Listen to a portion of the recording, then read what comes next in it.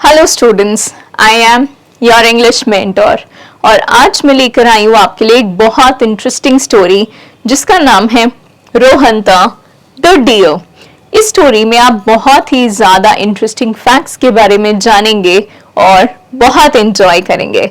So without any further delay we will start off. The young king was very fond of hunting.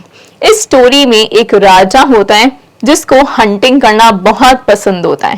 Hunting का मतलब होता है जब कोई भी एनिमल को आप किल करते हो उनके नेचुरल हैबिटेट में, तो हम उसे हंटिंग बुलाते हैं।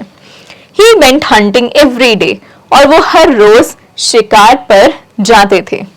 Many soldiers used to go with him in the hunting party, और उनके साथ बड़े सारे सैनिक भी जाते थे। कहां पर? हंटिंग पार्टी पर। They rode through the fields and forest, making a lot of noise. और वो बहुत ही सारे fields और forest से होके गुजरते थे और बहुत शोर मचाते थे।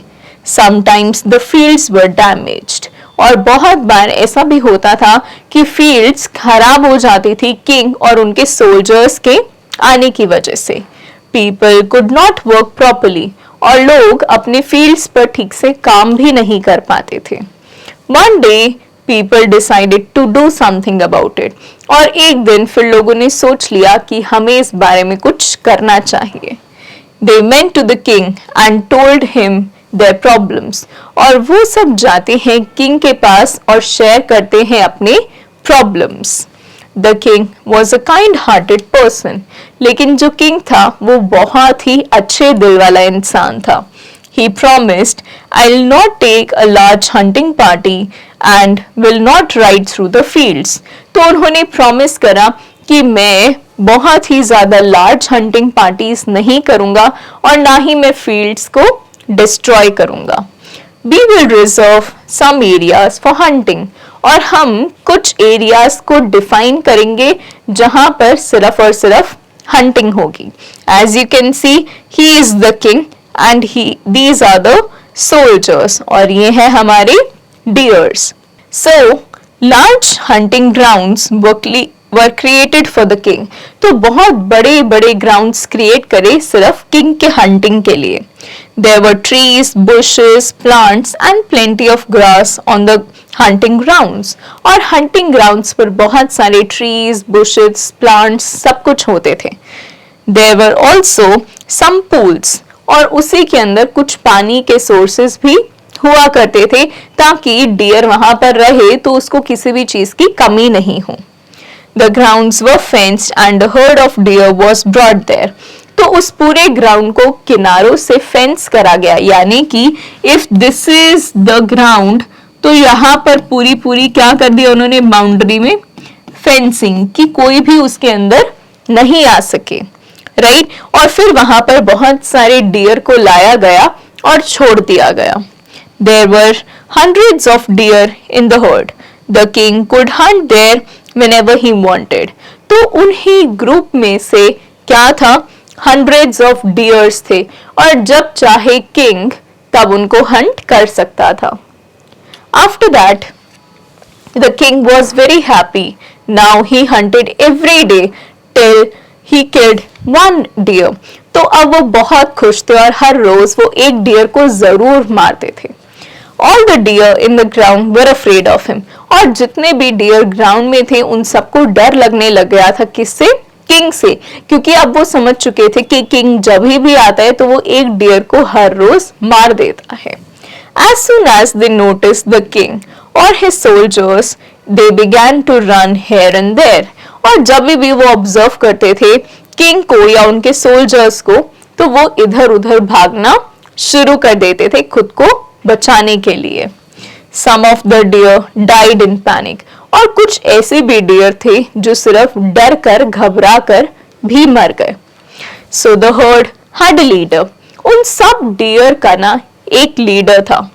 His name was रोहंता, और उस डियर का नाम क्या था? रोहंता। He was a tall, strong and handsome. और वो डियर कैसा था? बहुत tall, strong और handsome. So the king liked him very much. और किंग को रोहंता बहुत पसंद था as a deer. He he had ordered that no one should hurt रोहंता, और उन्होंने ऑर्डर करा था कि रोहंता डियर को कोई भी हंट नहीं करेगा. The king then created many sanctuaries throughout his kingdom, और उसके बाद उन्होंने और भी बहुत सारे सेंचुरीज बनाए अपने ही किंगडम के पास. सेंचुरीज होती हैं कोई मैन मेड जगह जहां पर हम एनिमल्स को रख सकते हैं. So when Rohanta saw how the deer suffered during the hunt, he went and spoke to the king about it. तो जब रोहंता ने ऑब्जर्व करा कि डियर कितने परेशान हो रहे हैं किंग की वजह से, तो उन्होंने सोचा कि मैं किंग के पास जाऊंगा और उनसे एक बार बात जरूर करूंगा. So the king liked hunting as a sport, but was not a cruel hunter. यानी कि जो किंग थे उनको हंट करना तो पसंद था, लेकिन एज अ स्पोर्ट, और वो कोई हार्मफुल हंटर नहीं थे या फिर वो बिल्कुल ही क्रूअल हंटर नहीं थे. He did not want the deer to get injured for no reason. और वो ऐसा कभी भी नहीं चाहते थे कि किसी भी डियर को कोई भी प्रॉब्लम आए बिना किसी रीजन के. He asked रोहंता to find a way out. और उन्होंने रोहंता को बोला कि आप ही कोई सॉल्यूशन निकालो कि कैसे ज्यादा से ज्यादा डियर को प्रॉब्लम नहीं क्रिएट हो. So रोहंता said, you hunt only one deer every day, but since we do not know which deer will be killed, everyone is afraid. तो रोहंता ने कहा कि आप हर रोज एक डियर को मार देते हो, लेकिन क्योंकि हमें नहीं पता कि वो एक डियर कौन होगा, इसलिए हम सब डर जाते हैं. I suggest that we should send you just one deer every day for hunting. इसलिए हम आपको एक सजेशन देते हैं कि हम ही आपके पास हर रोज एक डियर भेज देंगे और आप उसे आराम से मार देना. Then the others can live in peace. और जब वो एक आपके पास आएगा तो बाकी पीछे जितने भी डियर होंगे वो आराम से पीसफुली रह पाएंगे और उनको ना तो डर होगी ना टेंशन होगी. The king liked this idea, और किंग को वो आइडिया पसंद आया. So every day one deer waited for the king at a chosen spot. और फिर कोई भी एक एरिया चूज करके वहां पर उस एक डियर को भेजा जाता था और वो डियर वेट करता था किंग के आने की और उसको हंट करने की. No one else came with the king for the hunt. और अब सोल्जर्स नहीं आते थे साथ में किंग के. The deer began to run as soon as it saw the king. और जैसे ही डियर किंग को देखता था तब वो भागना शुरू कर देता था. The king chased it on horseback. और किंग भी उनके पीछे ही भागता था हॉर्स के ऊपर. So he tried to shoot the deer with an arrow.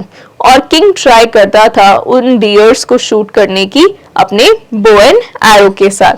As you can see in the image कि बो एंड एरो कैसा होता है, ऐसा होता है जहां पर एक स्ट्रिंग भी होती है. So एक एरो कैसा दिखता है,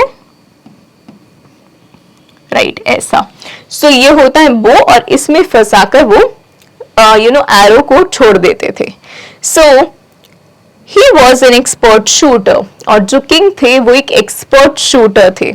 usually he shot down the deer after some time. और वो ज्यादातर थोड़ी ही देर में डियर को मार गिराते थे. After that one day it was the turn of a doe. Doe होती है एक फीमेल डियर, राइट. तो बहुत दिनों के बाद एक दिन बारी आती है किसकी, एक फीमेल डियर की, जिसको हम इंग्लिश में क्या बोलते हैं, डो बोलते हैं.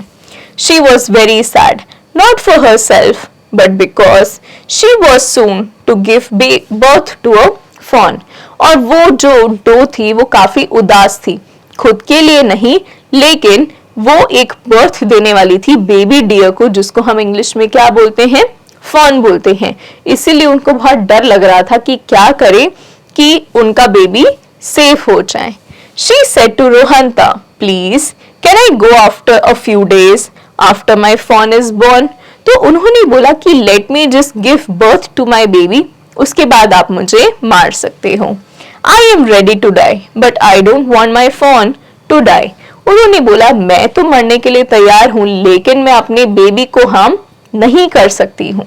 Rohanta too was sorry for her and he said, "It would be unfair to ask someone else to go in your place." तो उन्होंने सोचा कि ये तो बिल्कुल सही बात है कि आपकी वजह से आपके बेबी को हार्म नहीं पहुंचना चाहिए, और उन्होंने ये भी सोचा कि आपके जगह पर किसी और को भेजना भी बिल्कुल गलत होगा। The doe's eyes filled with tears.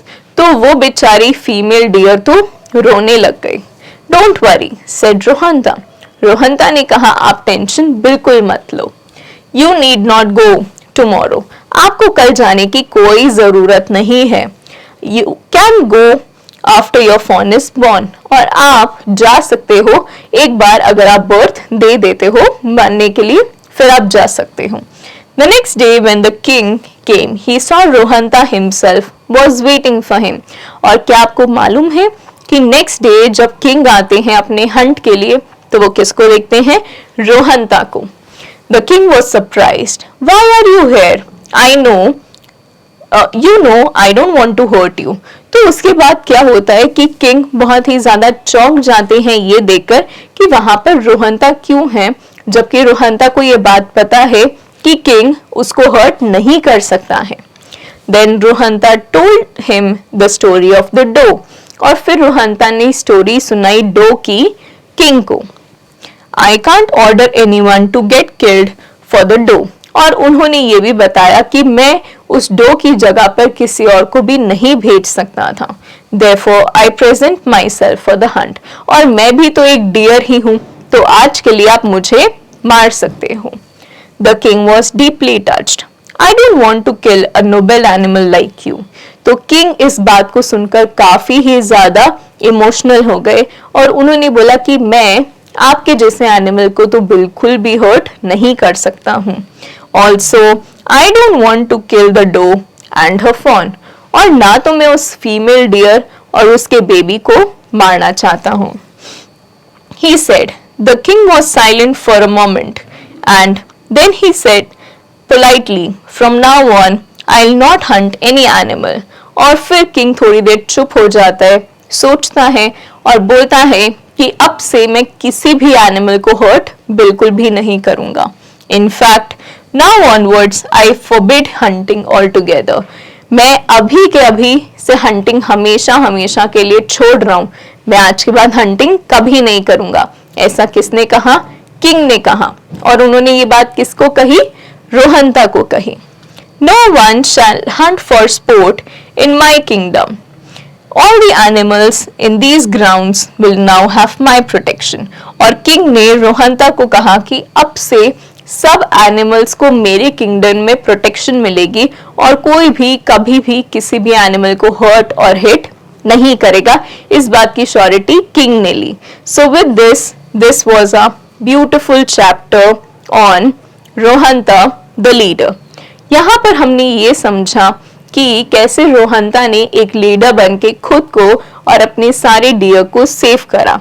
And also वो किंग जिनको पहले हंटिंग बहुत पसंद थी, कैसे उनकी भी माइंड में ट्रांसफॉर्मेशन आई थॉट्स की और उन्होंने सोचा कि मैं आपके बाद हंटिंग कभी भी नहीं करूंगा।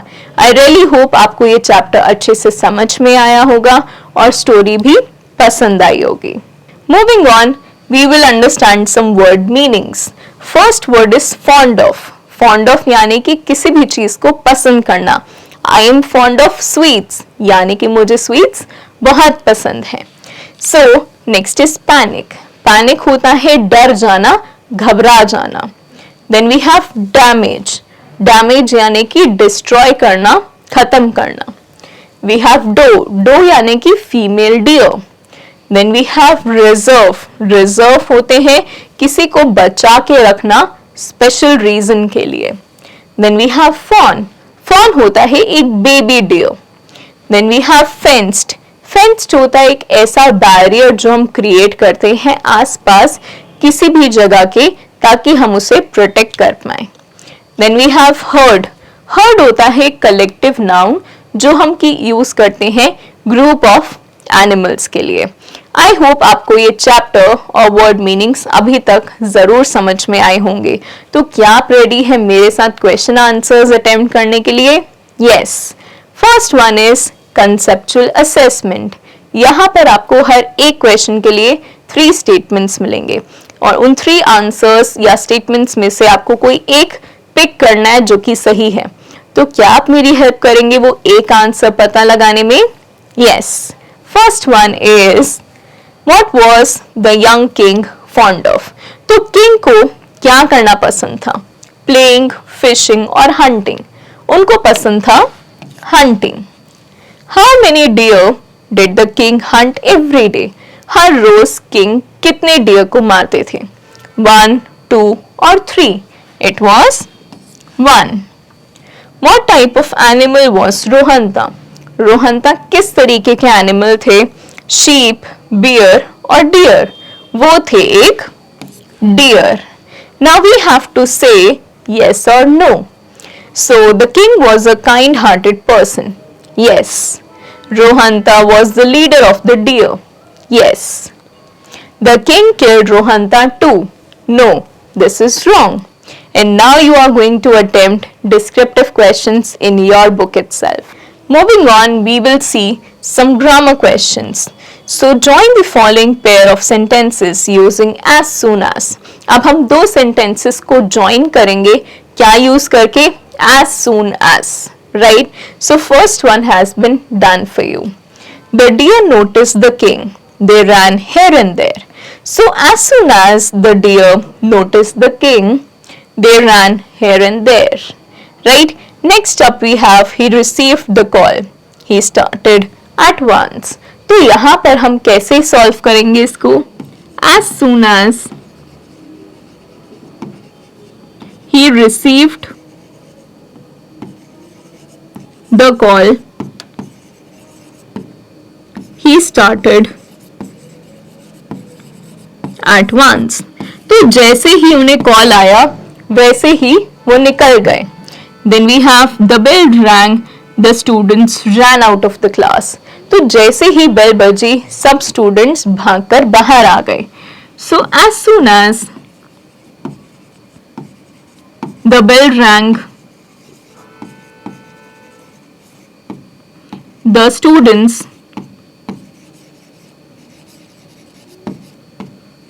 ran out of the class.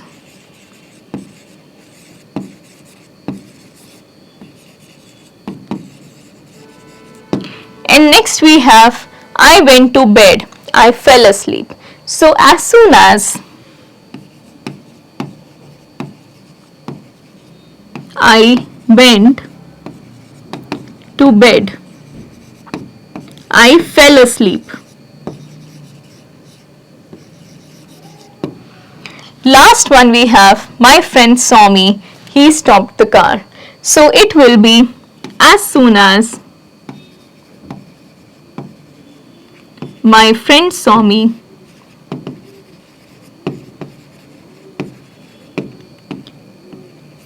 comma, he stopped the car.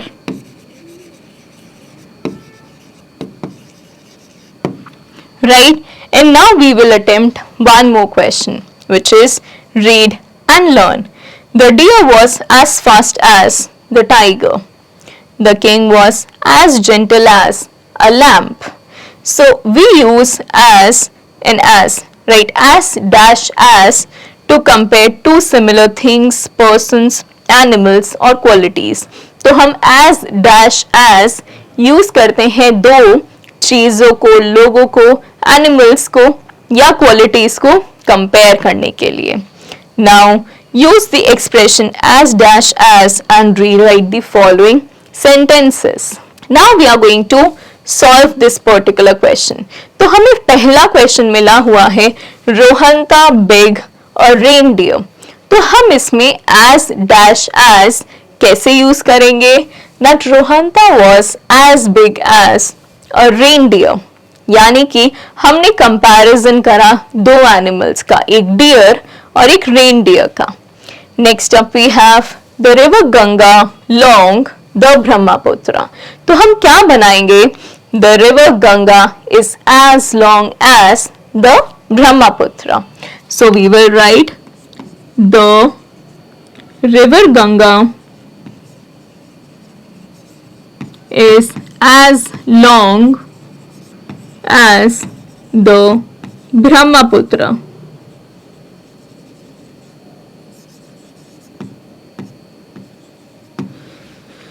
Next we have the black widow spider, poisonous the cobra. So the black widow spider is as poisonous as the cobra. So the black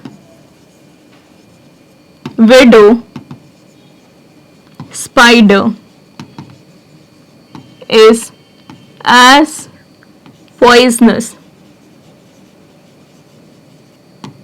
as the cobra. Next we have the rhino heavy, the hippopotamus. So the rhino is as heavy as the hippopotamus.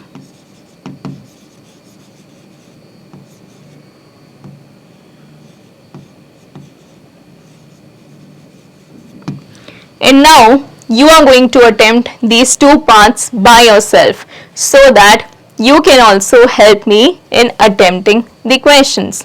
अब मैंने आपको ये इतने सारे parts करके दिखाए, आप सिर्फ लास्ट के दो पार्ट्स अपने आप बुक में अटेम्प्ट करेंगे. Moving on, we will see the word par questions. So write the collective noun of these group of animals. First one is a herd of deer.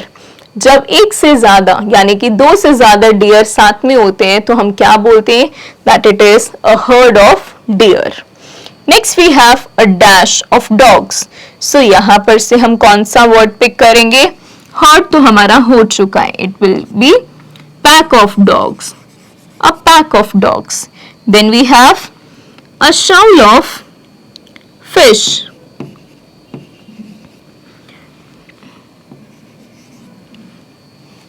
Just a moment, I'll rewrite this one. It is a shoal of fish. And then we have a murder of crows. And lastly, we have a troop of monkeys.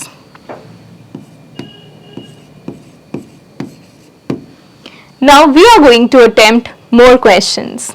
We have this one. So complete the following table, and it is a multidisciplinary question exercise that we are going to do. So यहाँ पर हमें animal के names given हैं. We have to understand the male, female and young version of it. कि एक animal के male, female और उनके babies को हम किस नाम से बुलाते हैं. तो पहला टाइप है deer. अब deer में हम male deer को क्या बोलते हैं? Rooster या फिर ram या फिर buck. So we call it buck. Buck is the male, version or form of deer. Doe होती है female और fawn होते हैं उन्हीं के baby. After that dog. Dog के female को हम बोलते हैं bitch और उनके baby को हम बोलते हैं puppy. Next we have donkey. Donkey के male को हम बोलते हैं jack. फीमेल को हम बोलते हैं जेनी और लास्ट में यंग वन को हम बोलते हैं fowl. Then we have sheep. Sheep में हम मेल को क्या बोलते हैं? Ram. Then we have ewe and lamb. Fox में हम मेल को डॉग बोलते हैं, फीमेल को विक्सन बोलते हैं. फीमेल फॉक्स को हम इंग्लिश में विक्सन बोलते हैं और डॉग और विक्सन के बेबी को हम कब बोलते हैं? Then we have swan. Swan में we have cob, pen and साइनेट.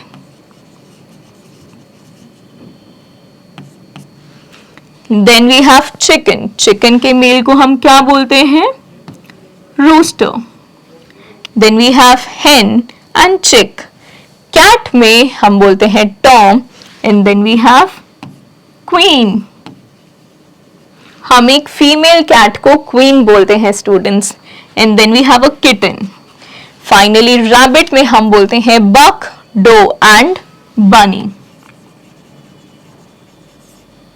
This is how we attempted all the parts of it. And now we will move on to one more question. So write opposite of the following words using un or dis. अब हम इन सब words में अन और dish add करके इनके opposite meaning का word form करेंगे. So the first one is kind. Kind का ऑपोजिट होगा unkind. So we will write unkind here. Next wanted का होगा अनवांटेड. ओबे का डिसओबे. रिगार्ड का डिसरिगार्ड. नोन का अननोन. अपीयर का डिसअपीयर. अवेलेबल का अनअवेलेबल.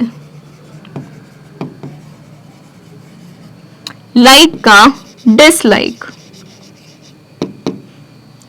एग्री का डिसएग्री. अफ्रेड का unafraid. And this is how we got to know about all the opposite words. Moving on, a letter or a group of letters that we use at the beginning of a word to change its meaning is called a prefix. हमने अभी जितने भी words के आगे un या dis लगाया, हम इसे क्या बोलते हैं? Prefix. Right? Here un and dis are prefixes. उससे हमें एक नया वर्ड मिल गया था. Now moving on, we are going to do some competency based assessment by yourself in the book. So you will do writing skills and then create critical thinking, and soon after that you are going to attempt this creative activity, speaking skills and value corner by yourself in the book. So I really hope आपको ये chapter बहुत ही interesting लगा होगा और अच्छे से समझ में आया होगा. So for now, that's all for today, and I really hope to see you super soon with a good topic and a good chapter. Till then, take care and bye bye.